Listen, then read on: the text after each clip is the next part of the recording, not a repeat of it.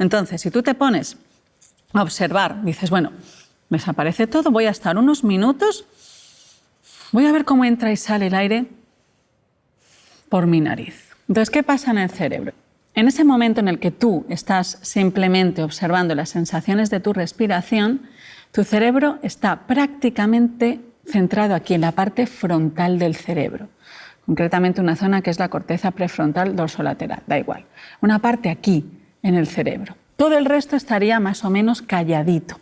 Por eso se le dice que también meditar es el silencio neuronal. ¿Vale? Todo está calladito y solo estás ahí, pa, pa. Y esto es muy bonito porque fíjate, ¿no?, que muchas veces se ha comparado a la corteza frontal, así como a la atención, como la lámpara del minero. Sabes que los mineros se ponían un casco que tenían una luz y entonces solo se ve aquello a lo que ellos se enfoquen. Solo existe eso.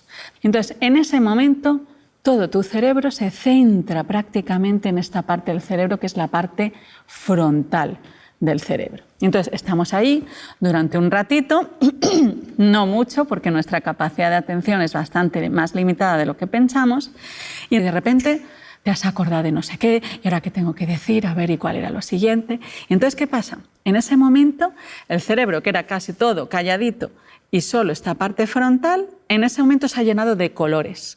Pa, pa, pa, pa. Lo que nosotros observamos en la máquina es pa, pa, actividad que de aquí, de aquí, de allá, pa, pa, pa, pa, pa. Un ajetreo inmenso.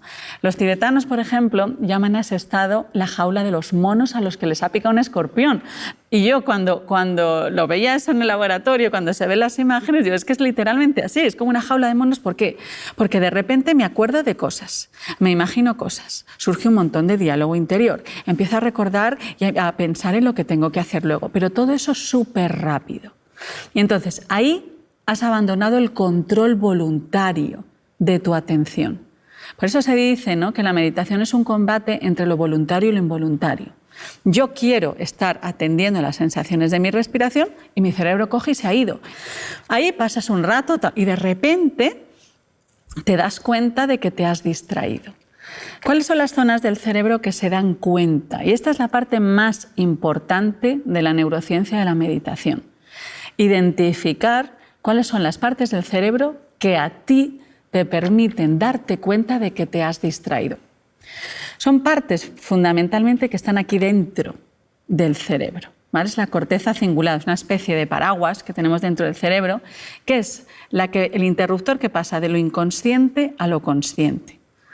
Esa y una zona del cerebro, que es la ínsula, que es la parte del cerebro más involucrada en la idea de quién soy yo. Por tanto, cuando nosotros estamos meditando, estamos controlando nuestra atención, lo que estamos haciendo es adiestrar a nuestro cerebro a darse cuenta de sí mismo. Yo me doy cuenta de que me he distraído.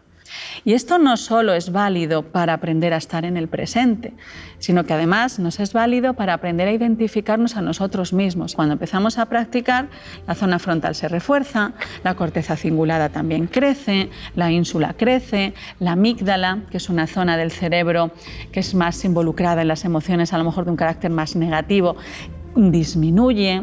Eso está correlacionado con una menor sensación de estrés, menor sensación de ansiedad.